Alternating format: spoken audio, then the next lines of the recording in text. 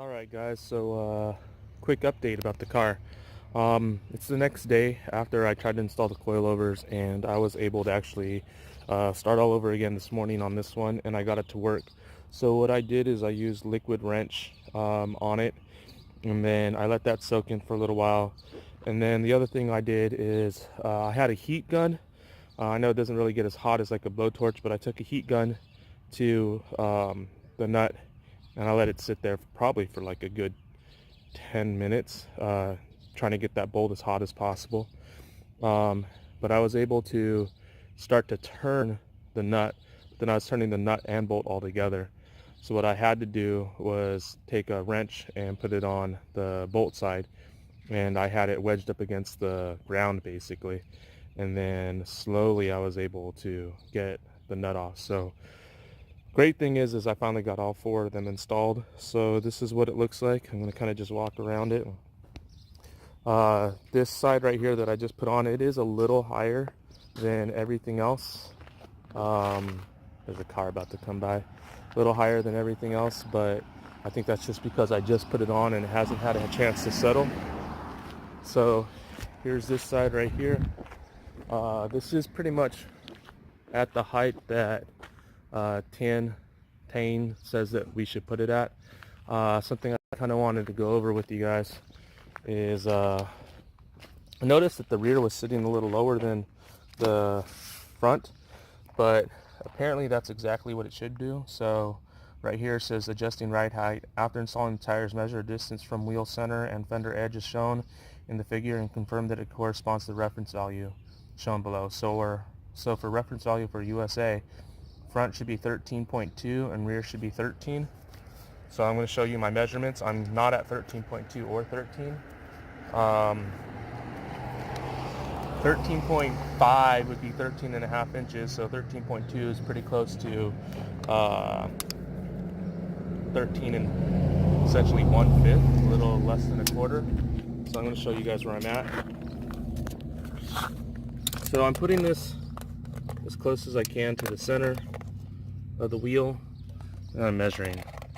So if you look, I'm right about 14 right here. Sorry, it wasn't on the wrong angle. Right about 14, maybe a little more. And then if I come to the rear, I'm at like 13 and a quarter.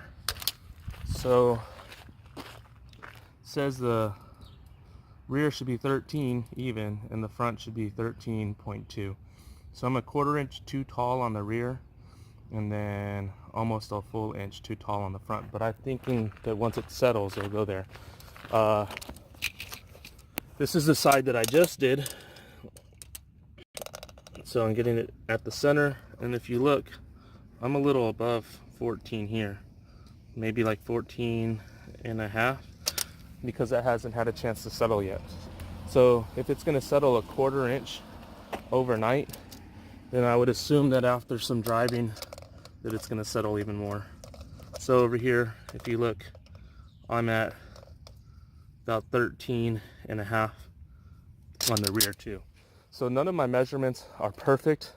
13 and a half, and then 14, and then over here I'm at 13, and then, or 13 and a quarter, and then about 14. So I'm going to let all of this settle and drive it around for a couple hundred miles or so, try to get it to where it needs to be. Then once it gets to where it needs to be, the next thing would be to get some wheels and tires and get an alignment done. But I think it sits a lot better than where it was before. Doesn't have that 4x4 look, but just wanted to give you guys a quick update on what it looks. I might want to go lower. If you look at my NB as a reference, I have very little gap in the front, and then maybe a little bit of gap in the rear. I like the way that looks. This is probably about a half inch shy of what I want to an inch, but I'm hoping as it settles, everything works out. But yeah, I just wanted to give you guys a quick update.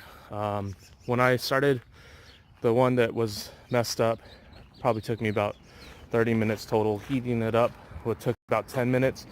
But now that I knew exactly how to do it, everything else kind of just went in smoothly. But yeah, stay tuned. Thank you guys for watching. Gonna give you guys a quick sneak peek of something. I keep mentioning that I'm gonna get some wheels and tires. I actually have them.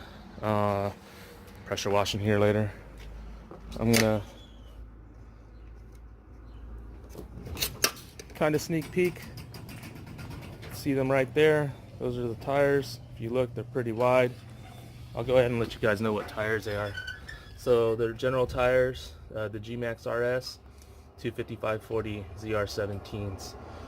If you want to see what the wheels look like, make sure you stay tuned. I'll go ahead and show you guys those later once I get a chance to do a comparison side by side and then throw them on after the car's settled.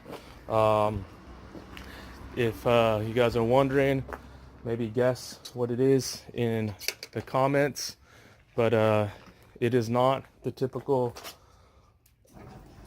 Enki RPF01 or any of the typical wheels that I've seen on an MX5.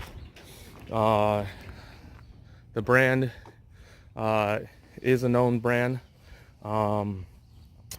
It's not a, I'll give you this, it's not Koenig, and it's not Advanti, but I'll say that I like them. They look good. If you guys are friends with me on Facebook, you guys already know what I have, but it's a nice design. I think they'll look really good on the car.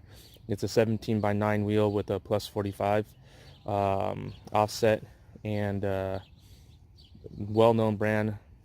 Not the RPF01s and not the RPF ones. I think I'm saying those wrong, but RPO ones, RPF ones, you guys get it.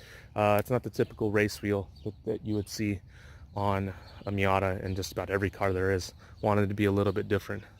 So yep, hit like, hit subscribe. I'll see you guys later. Thank you.